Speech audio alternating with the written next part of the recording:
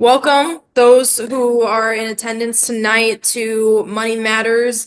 I had the opportunity to be a part of Money Matters last winter. Where we talked about financial self-care. A lot of these Money Matters series I've been blessed to be a part of thanks to the library, and they have focused on a lot of different concepts when it comes to interacting with financial literacy and financial well-being. Where I come into play is talking about the behavioral and emotional side of money. So we're going to get into our money talk about the hidden drivers of spending. A little bit about me. My name is Jaelyn Vickery. I am a certified financial therapist with a background in eating disorders, retail banking, and consumer psychology. What got me started in this field is pretty non-traditional. Typically, when I hear people say or ask me, what is a financial therapist? I need that is typically the first statements that I get. And this career has been such a joy because I have been able to pair two things that we struggle with too often and don't talk about enough, which is money and mental health. Now, as a financial therapist, I wear many hats, not only as a financial therapist at Dimensional Wealth, the practice that I founded, but I also am a money coach and a mentor to several members of the community in this space. At Dimensional Wealth, we provide money coaching, credit coaching, and financial therapy services to help individuals, couples, families, organizations build wealth with wellness. I'm also the podcast host of Finance, Fitness, and Finesse, a podcast that is focused on money news, money talk, and money stories. If you're looking to learn about money in a way that where we're actually creating conversation and talking to you rather than at you, which is too often and too common in financial education in this current point in time.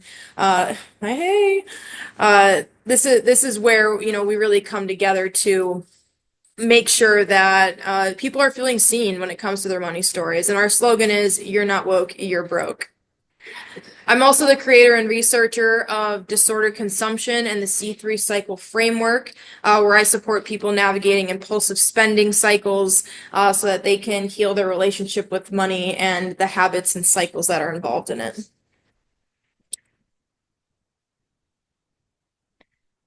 So a quick FAQ, because I get too often where people are saying, all right, what is financial therapy, right? Because they've heard of perhaps financial planning or financial coaching, but what is financial therapy? Well, financial therapy focuses on the emotions, beliefs, and behaviors around money. What you should know is that money is emotions disguised as numbers. Every decision that we make is driven by emotion.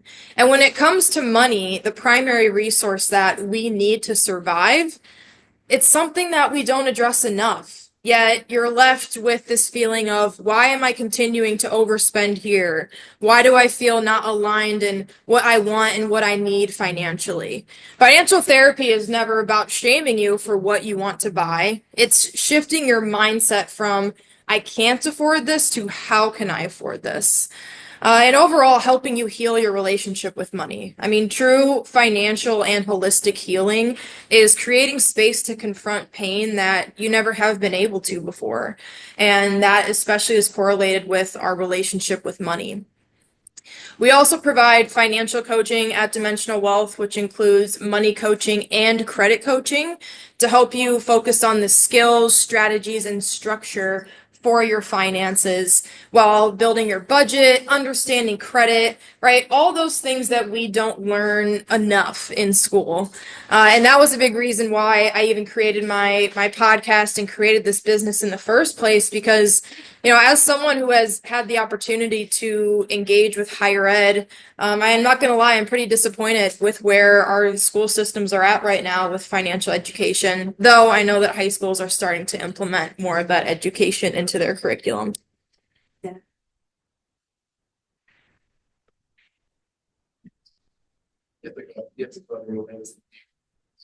Yeah, are you guys in high school or were in high school? You're U of I now? So, yeah, recent. Yeah. Yeah, the financial education has varied. I remember when I was in high school, I just missed the cusp of state legislation that required financial education in high school. But again, even with that, I've had the opportunity to interact with Unit 4 high schools a bit and high schoolers that are in those finance classes. And everyone's ears just turn off when they hear money. Again, it's being talked at rather than being talked to. And money, wealth, what money looks like in your life is not going to look the same for everybody. And until we understand that, there's always going to be hidden drivers behind your spending that are going to keep you in these cycles, right? But you guys are in the right place to learn more about that. Now, sound familiar, right? This is something that happens so often in my sessions with clients. Something that actually happened with my client in a session right before coming to the workshop this evening, which is I didn't say this verbatim, but and what do we do when we're sad? The client says you add to cart, right? We've all been there at the end of a long day, right? Where what do we typically do in our modern times? We pick up our phones to pass the time, right? And hey, I do that as well. There's nothing wrong with consumption overall. However, with the way that our culture and marketing targets us today, it truly does prey on our consumer psychology. I mean, we see between 4,000 and 10,000 advertisements per day without even consenting to it. 4,000 and 10,000 advertisements per day without consenting to it, which is why I'm so passionate about this work, because there aren't protections out there for consumers around how we're marketed to, how we're advertised to. I mean, think about all the streaming apps that we have now. You have to keep purchasing the higher tier now just to not get an advertisement. And yeah, and then we wonder, why did I end up buying this thing? Well, a hidden driver of spending, which we'll get to more in throughout the presentation, is how many times your brain is cued to spend. Willpower is the only muscle that gets weaker the more that we use it, and marketing these days and advertising makes sure that it catches us when we're at our weakest point. Now, when it comes to your money mindset, right, and understanding the first parts of our psychology behind why we spend the way we do, is understanding our money scripts, okay? Money scripts are those inherited and learned beliefs about money that we develop over the course of our lifetime. Typically originates in childhood, and it affects how we think, feel, and behave with money in adulthood. Okay. Now, your money scripts can change throughout the course of your lifetime through the different financial seasons that you have. And everybody has different money scripts. What's been most valuable about learning about money scripts and educating people about it is that self-awareness piece. Okay. Self-awareness is your superpower, truly. And it offers so much more clarity and thus control over your decisions when you understand what are the beliefs that I have about money that originated in childhood that impact my decisions today.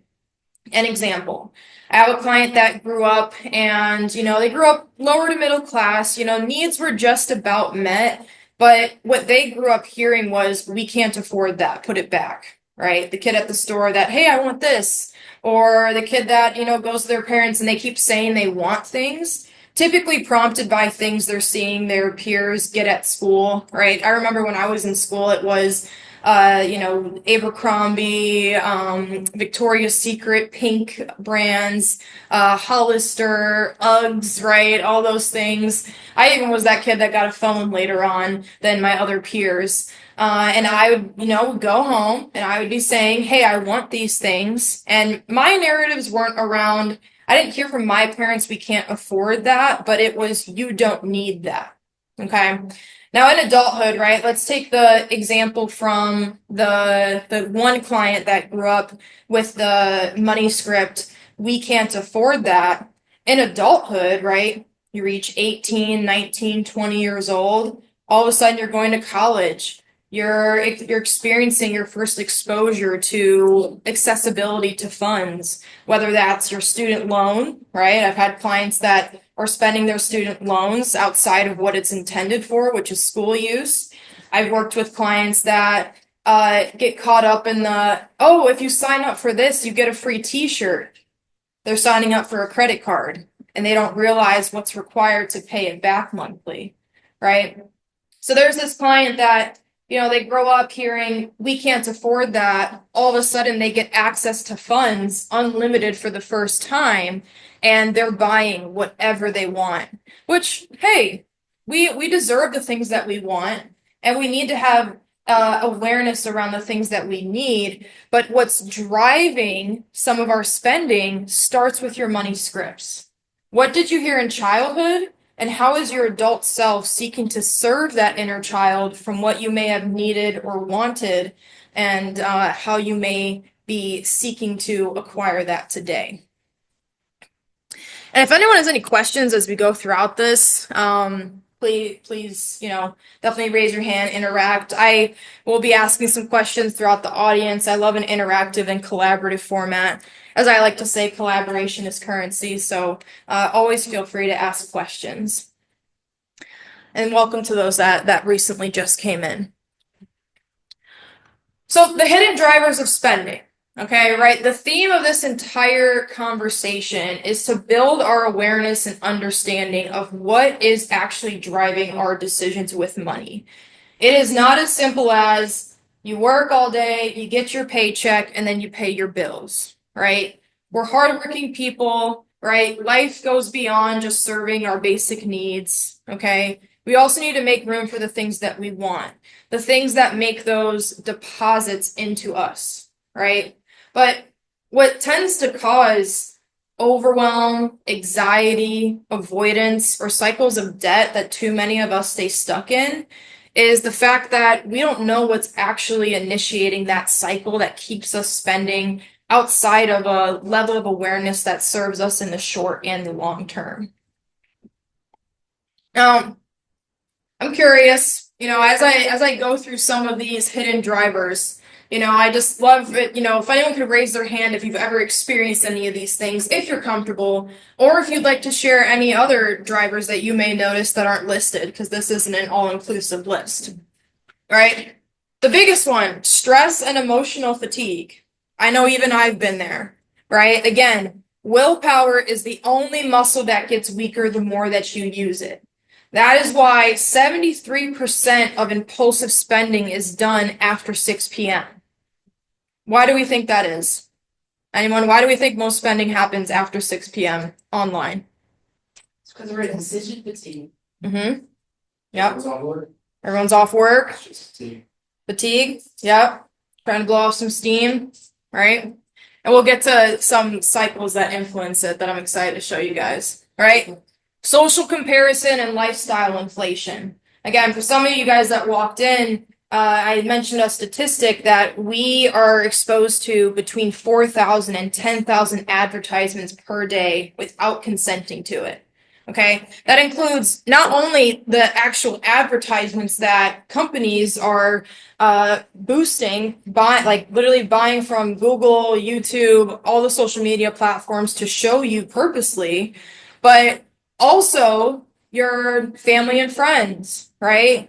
Think about the different things that we wear.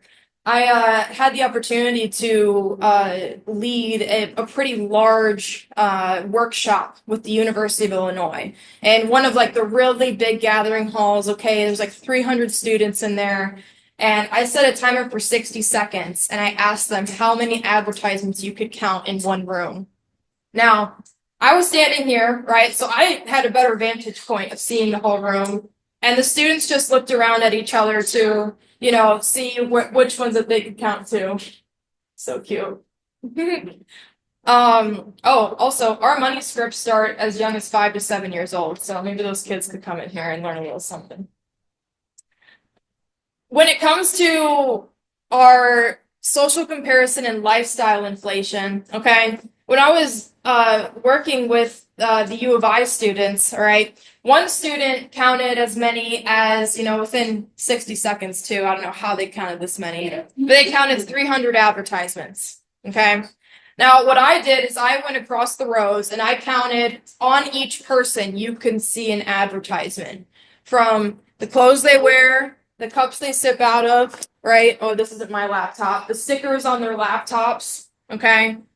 Social comparison and lifestyle inflation, a hidden driver of spending is the human psychology that we want to make sure we are keeping up with our community. Okay?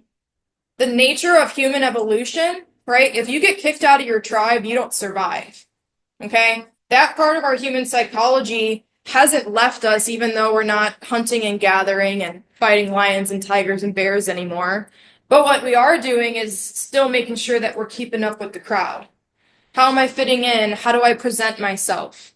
Okay, those are all social cues that are constantly happening. Scarcity mindset, I deserve this, right? Again, after a long day, yes, you deserve to blow off some steam. You deserve to use your funds how you want to use them. But a lot of the time it stays temporary because the anticipation of the acquisition of the good leads to depletion. And that's something called the dopamine timeline that we'll get to in a little bit.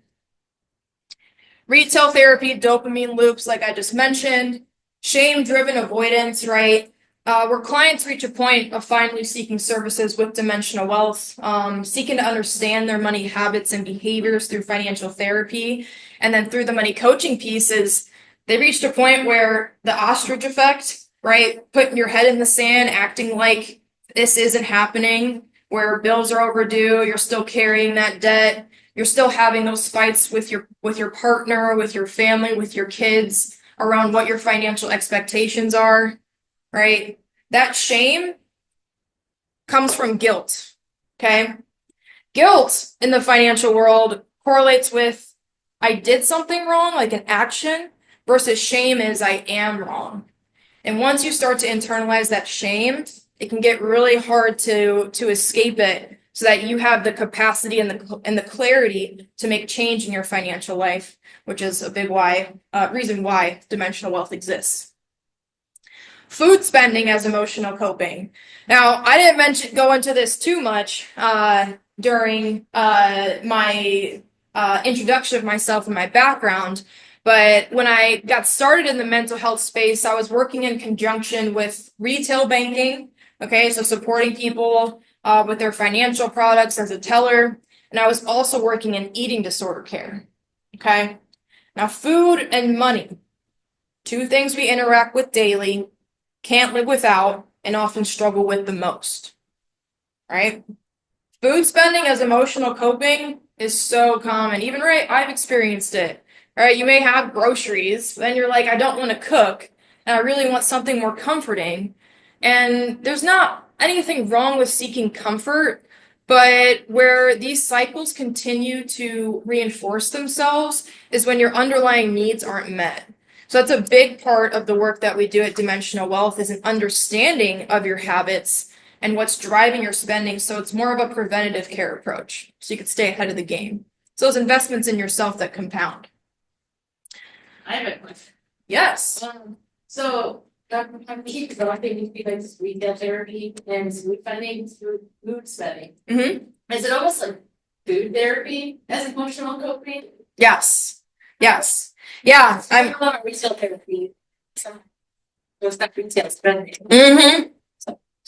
Yeah. No, that's a great point, right? Oh, and another hidden driver, again, this wasn't an all-inclusive list, right? Between retail therapy, food therapy, and then even relationship therapy, because food is social, right? And even spending is social as well. It's a way that we can connect with others. I have a client that I had worked with in the past. She has since graduated from financial therapy, where she first started seeing me because she was concerned about how much she was eating, right? Well, then we started to uncover some of the patterns, okay? She was experiencing some aspects of loneliness post-divorce, right? And, that impacted her capacity to cook for herself, which is understandable. And this is where I'm excited to get to the dopamine timeline as well, because dopamine is a major trigger for everything we experience in life. It's a pleasure chemical for those of you that don't know. But when it comes to like food therapy, relationship therapy, this client had an addiction to DoorDash as well. Okay, DoorDash, Uber Eats, right? Which convenience is another form of addiction. I love myself some convenience as well. But when it comes to what this client is experiencing is a cyclical effect, seeking relief, right? Relief around the lack of capacity that she had to cook, the relief around aspects of loneliness that she was experiencing, and then also relief around how she was feeling about herself, right? And food immediately triggers dopamine, which offers that temporary relief for us to feel better in the moment. Does that answer your question or your observation around food therapy, retail therapy? Yeah, absolutely. We definitely will. And then hedonic adaptation, that's a money psychology term that I wanted to provide. In this, where I laid it out here, it's a treadmill effect, meaning it's constant and it can become automated, where we get used to what we have, but then we're always seeking the next thing. Again, that's that anticipation. And this can happen not only with your money, but I'm sure we've experienced it with our jobs and just with our life timeline in general, right? What's the next thing? If I have this, then I'll be happy. If I just get here, then I'll be fulfilled, right? But we're not actually addressing the underlying need that is driving our hidden patterns around spending. So here's the dopamine timeline, okay? Now, this is important to understand because with the opportunities I've had to connect with people such as yourselves, whether it's in an educational format, one-on-one with clients, is that they're coming into session carrying a lot of shame, or they're carrying a lot of uncertainty. Why do I act this way? Why can't I just get control over how I react in X situation? And typically, that has to do with some form of consumption, whether it's with money, validation. I could go on and on with the list. But the reason why I wanted to bring up a few of these graphics that we're going to cover over the next couple of slides is to help you guys understand that it's not solely a willpower issue, it's also a systems issue, okay? It's not a character flaw, it actually has to do with the systems and the dynamics in which how our brain operates along with the inputs that we are getting from our external environment. Okay. Now, this is the dopamine timeline, which can you guys see okay? Is this blocking you guys or you guys can see okay? Okay.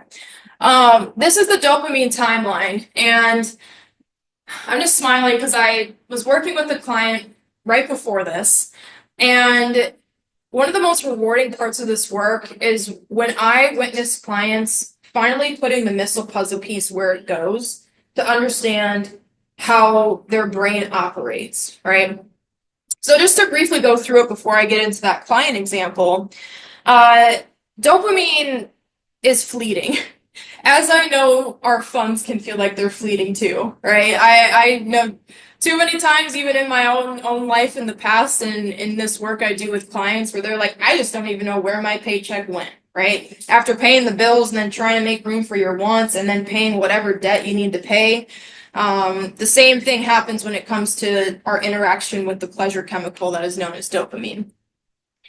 When it comes to spending, right, whether if it's on food, retail, or with anything having to do with our finances, it starts with anticipation, okay? Anybody use Amazon Prime in here? Yeah, well, not Prime, but just Amazon in general, right? Amazon recently had its Prime Day, okay? And on my podcast, Finance, Fitness, Finesse, it also airs on WCIA Thursdays, Fridays, and Saturdays. I talked about the impact of Prime Day, okay? But even more specifically, this can correlate to any sort of sales tactic that we see happening at stores, whether it's Prime Day, Black Friday, or the random sales you see throughout the year, which typically, hate to break it to you, tend to either have just a little bit off. Some of them are actual sales, but I have seen certain things where they literally just put a red strike through a number and then it's the same number what they would have sold it to you for, but then it hasn't changed. Okay, I'm getting on a soapbox here. Let me stay on this. I don't want to get too much on my soapbox. You can watch it on F3. With the dopamine timeline, it starts with that anticipation, okay? So we order a package, right? And this also has to do with why gambling is so enticing as well, right? When it comes to gambling, like slot machines, there have been studies around how our brain lights up more when we're seeing the slots go rather than the actual result itself, even when there's a win. So our brains are addicted to the anticipation of success, of an outcome that is favorable of what we may want, which is a win or acquisition. So it's the same thing when you're ordering a package online, right? On a chemical level, our brains will light up more when we're anticipating receiving something rather than the actual acquisition, where there's a temporary spike and then there comes the depletion, which is the crash, thus reinforcing the cycle again. Okay. Now, how can you use this in your day-to-day life? Okay. Well, it's understanding your needs, starting out with food, right? It comes around that time of day, right? We're supposed to eat 3 square meals a day, right? It comes around that time of day where you're hungry, right? And if something happened where either you didn't prepare ahead of time, maybe you planned to go out and buy food, maybe you planned to have lunch, or maybe you didn't have a plan at all and you're just flying by the seat of your pants. Well, when when we're operating from a place where the dopamine is lessened, when we're operating from a place of hunger, especially, right, we are going to have that anticipation of relief. Okay. Now that's what happened with this client that I'm working with. This client that I'm working with has a great job. She's been blessed to work really hard and earn a really good income for a young woman in her 30s. However, she's running into a lot of trouble because she's struggling with a lot of impulsive spending, especially when it comes to her family and friends. Okay. Now, in our work together in financial therapy, I told her we're not trying to lose the empathetic giving heart that you have. That's a money value, and we're not trying to lose that. What we are trying to seek to understand is what is driving the impulsivity to buy meals for people, to pay for other people's experiences all the time. What's driving at late at night where she's scrolling and adding things to cart and then purchasing things that she probably could have waited to purchase or spread out the purchases, right? What is driving that? Well, in certain moments, she's carrying a lot. She is the primary breadwinner for her family and for her household.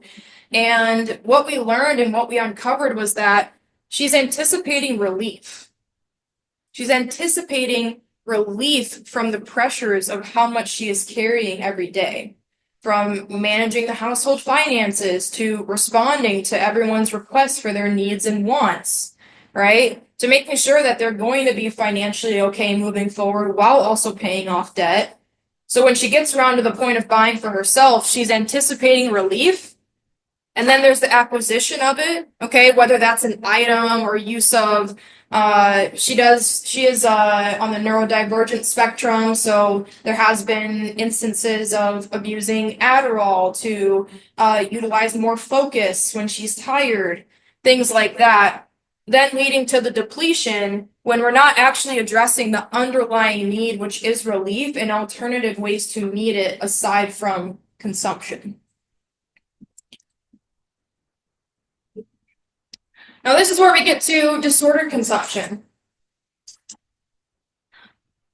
Disordered consumption is the framework that I developed when doing research with the University of Illinois several years back during my master's degree, where this was when I was working in an eating disorder clinic, wrapping up my degree and my licensure, becoming a certified financial therapist.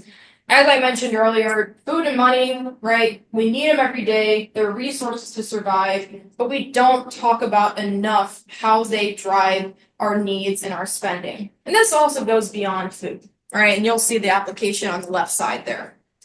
But disordered consumption is when consumption becomes a habitual and automated response to unmet needs that happens in a reoccurring cycle known as the C3 cycle, compulsion consumption control. Okay, and this applies to money, food, shopping, technology, gambling, validation, right? Social connection, technology. Here's a C3 cycle, okay? And that's just a graphic to see how it flows.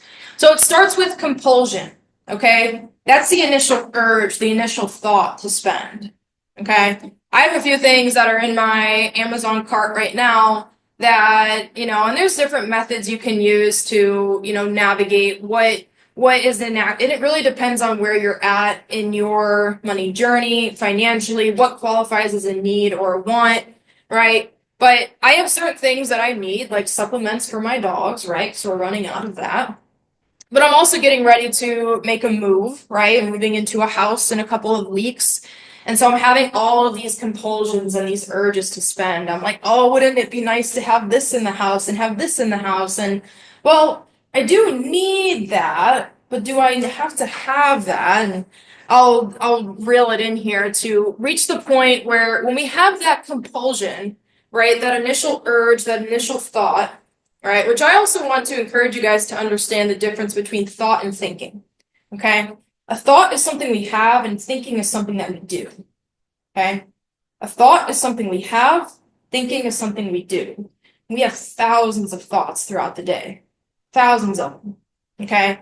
And thinking, there's a book called Don't Believe Everything You Think that argues that thinking is the root of all suffering, right? Because that's what causes us to ruminate, to get to points where we're regretting things, right? There's ways to balance it and build those skills, which is what we do at Dimensional Wealth. But compulsion, right?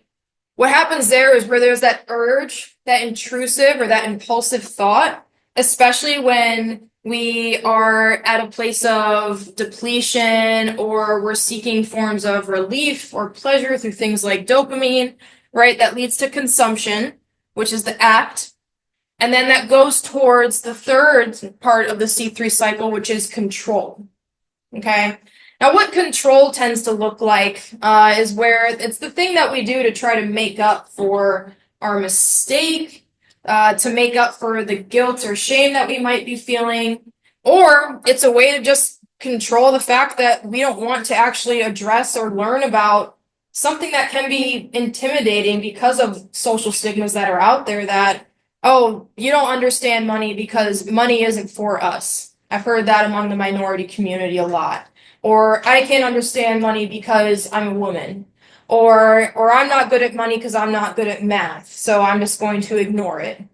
Or there's a lot of stigma around men too. Men are supposed to naturally be the breadwinners or be the ones to understand money or carry and protect the household. But then they're not actually supported with understanding the dynamics of money management and money mindset to pursue how money flows in their relational ecosystem in a collaborative format. So there's also power imbalances here that overall cause a lot of avoidance. Another thing that I see with the C3 cycle around control is the fact that money is something that happens, money is something that we interact with every day, whether we like it or not, right? Whether you're someone who works or doesn't work, you still need money as a resource to survive. And because money is something that happens, that interacts with our day-to-day living, we push it to the side and we're just like, well, I'll deal with it later, or I'll deal with it when it happens.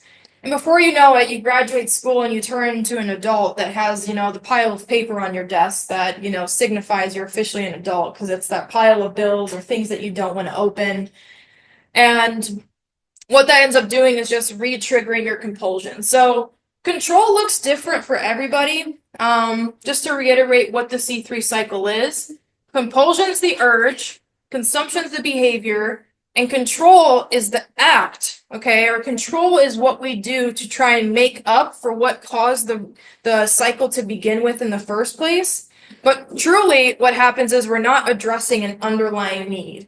an underlying need of relief, an underlying need of belonging, an underlying need of connection, an underlying need of security. I mean, it's different for everybody, an underlying need of identity, right? I've worked with clients all across the socioeconomic spectrum, from below the poverty line to people who have millions. It doesn't matter where you're at on that spectrum if you don't have an understanding of the hidden drivers of your spending, of what you want your financial identity to be, and how to remain adaptable along that journey through each financial season so you have more clarity and capacity to make the decisions you need to make to elevate your lifestyle.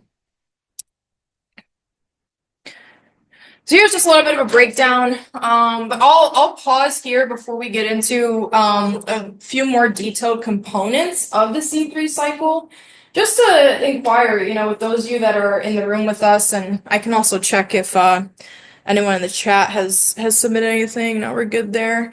For those of you that are in the room, is anything coming to mind around what you've observed so far? Any questions you might have around the cycles of spending, anything that you've noticed in yourself or your family and friends when it comes to money or the habits that they have around whether if it's spending, coveting money, restricting money. There's two money psychology terms. One is financial anorexia, which is extreme restriction of finances, right? And that I have some stories I could share there. And then there's also money dysmorphia, which is a distorted perspective of what your financial reality is. Some people may think they actually have more money than they do, and some people may have money and then refuse to spend it. There's a lot of different caveats and correlations within that based on everyone's unique money story and their money scripts. But there's a lot of different things we could get into in regards to that and how our cycles of consumption all interact. So I'll pause here if anyone has questions or observations. I need to go, but take time. Go for it. So when both my kids were really little, we moved to a subdivision where like we didn't interact with like any of the neighbors or anything. And so I dressed up like Target. I have it like every month we'd go and like we'd get something nice and new. And I think I was like lonely, needing connection. And then like so I'd go to Target, I'd talk to people, I'd buy some stuff, and then it made me feel like my home was like more connected in that way. So I've since not done that. I haven't had that habit in years. But I know that as a woman, I have more of a tendency to have oxytocin, so the connective hormones. So have you had any studied anything with regards to does it help seeking out connection as a woman because we're so sensitive to having the oxytocin versus dopamine? Does that help us at all manage the challenges? Yes. Thank you so much for sharing, Heidi. And absolutely, right? Because one of our core human needs in Maslow's hierarchy of needs, actually, that speaks on what our needs are as human beings is belonging, connection, respect from others, and then respect for self. And with oxytocin, right, a form of a pleasure chemical that's involved with connectedness, it forming community, right, genuine connection, which it's so ironic with the technological age we live in where we're more connected than ever, but couldn't be more distant than ever, right? People have all these followers and friends online, but when was the last time you actually talked to that person? And it's a skill that's becoming lost, right? Which I also know, if any of you guys don't know Heidi in this room, Heidi is immaculate at facilitating these types of community connections.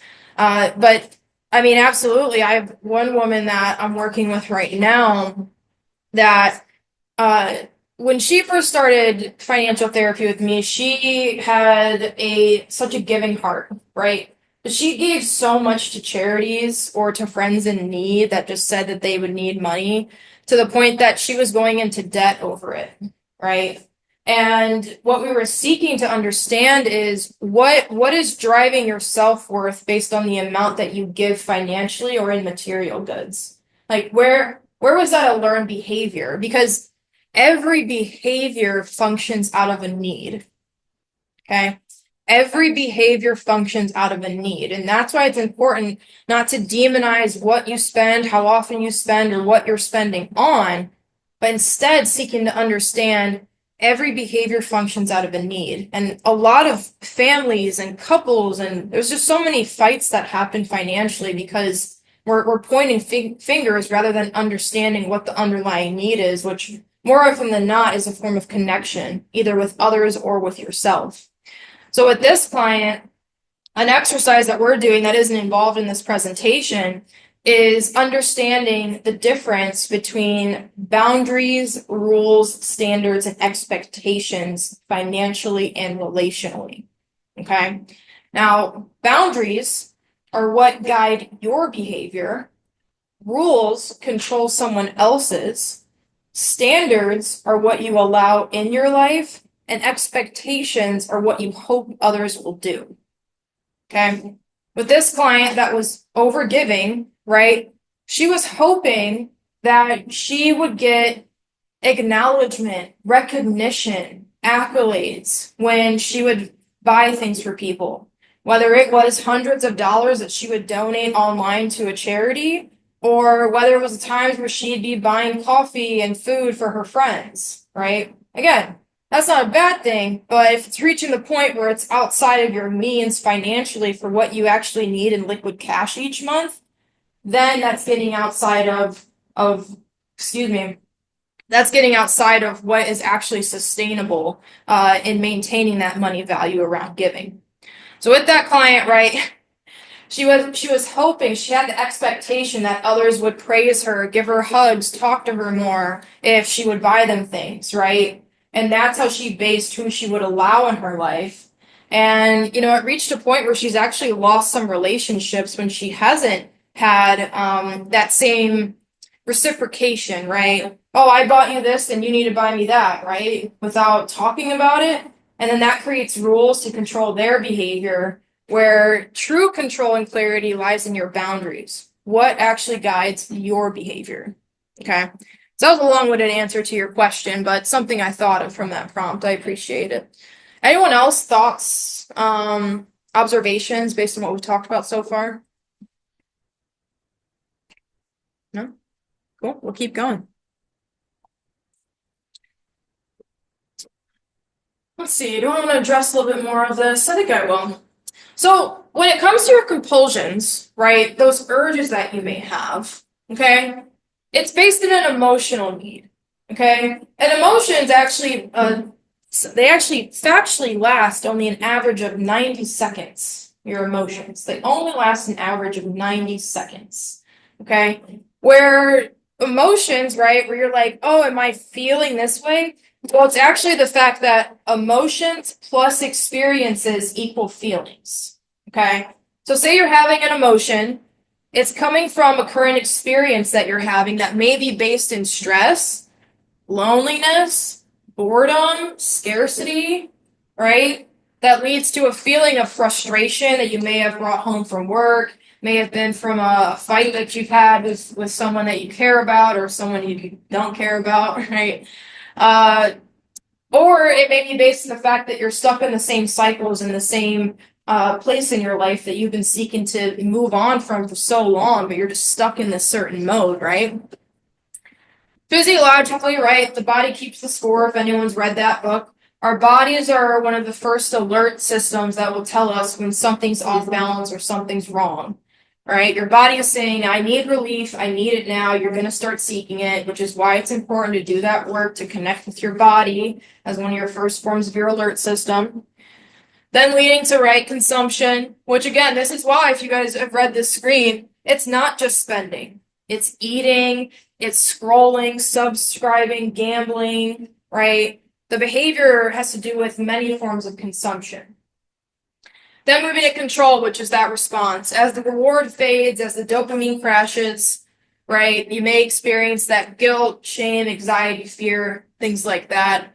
And then you may attempt to regain control through self-criticism, overcorrection, avoidance, those things that we've mentioned before. Now, I'll briefly touch on this one because I know we're coming up on our last 8 or 9 minutes here. Has anyone in here read The Power of Habit by Charles Duhigg? No, definitely recommend you read it. I have a whole list of book recommendations on our website. You can scan on the QR codes on anyone who has those resources. But this is a wonderful book because it talks about how our cravings drive our habits. Okay? And when it comes to with the hidden drivers of spending, and they all happen on cyclical habits. Now, I will say this again, consumption is not the issue. We have to consume to survive. It's when our consumption is not meeting our needs that gets in the way of our longevity for our fulfillment in life and our tolerance for different financial seasons. Okay? Money management is a form of pain management. Okay? Money management is a form of pain management. And people who are able to adapt and change and recover from different financial seasons in their life, they have a higher pain tolerance, right? And it could also be because they had different cards laid out on the table in the game of life. Everybody starts from different places. But, it also comes down to your tolerance to adapt to change. In the Power of Habit cycle, what Charles Duhigg teaches is the fact that habits can be changed, new habits can be created, but also habits can't go away. They just go dormant. And so that's why it's important to stay aware of this, because I have had clients I've worked with over the past couple of years that I'm working with them, and typically financial therapy and money coaching at Dimensional Wealth is seasonal in nature. We work with clients an average of 2 to 3 months, and then we equip them with the skills, strategies, and systems to go out in the world and be able to really put that into practice. And where they end up maybe coming back is the fact that a dormant impulsive spending habit may have gotten reactivated by a form of stress, a form of loss, a form of change in their life that they weren't anticipating. And then as they continue to build what drives their habits, right, then they're able to have more autonomy and tolerance moving forward. Okay, we're coming up on the end here.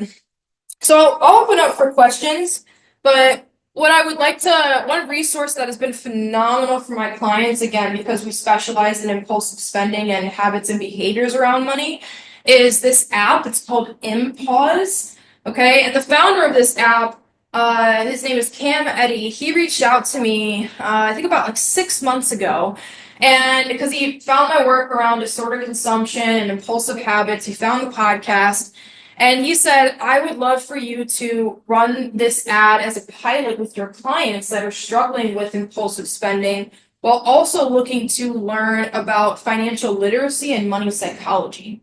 Now, Impulse helps you understand why you spend, not just where it goes, okay? And using behavioral science, it helps you identify your spending triggers, okay? It helps you understand more about your money scripts. And then it also helps you understand, like, there's a great part of this app where I've worked with clients where they're like, okay, Jay, I understand my cycles and my habits, but what do I do in the moment when I'm at the store and there's the FOMO effect, right? Whether it's online or in person, buy now, get one free, or only available for a limited time, or you're on Amazon and they have that little clock as to when the time's going to run out before you lose the deal or you lose the product, right? Again, marketing is going to invoke urgency, which causes us to act more impulsively, okay?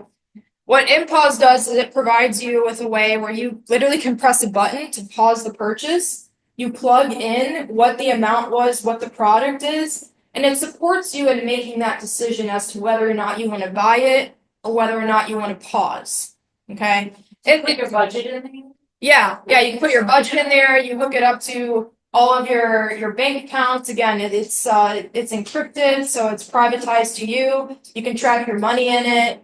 I've used a lot of different finance apps and supported clients with it, and I don't usually promote a lot of them, but this is one that has been really fruitful in supporting clients with building that tolerance around impulsivity with spending.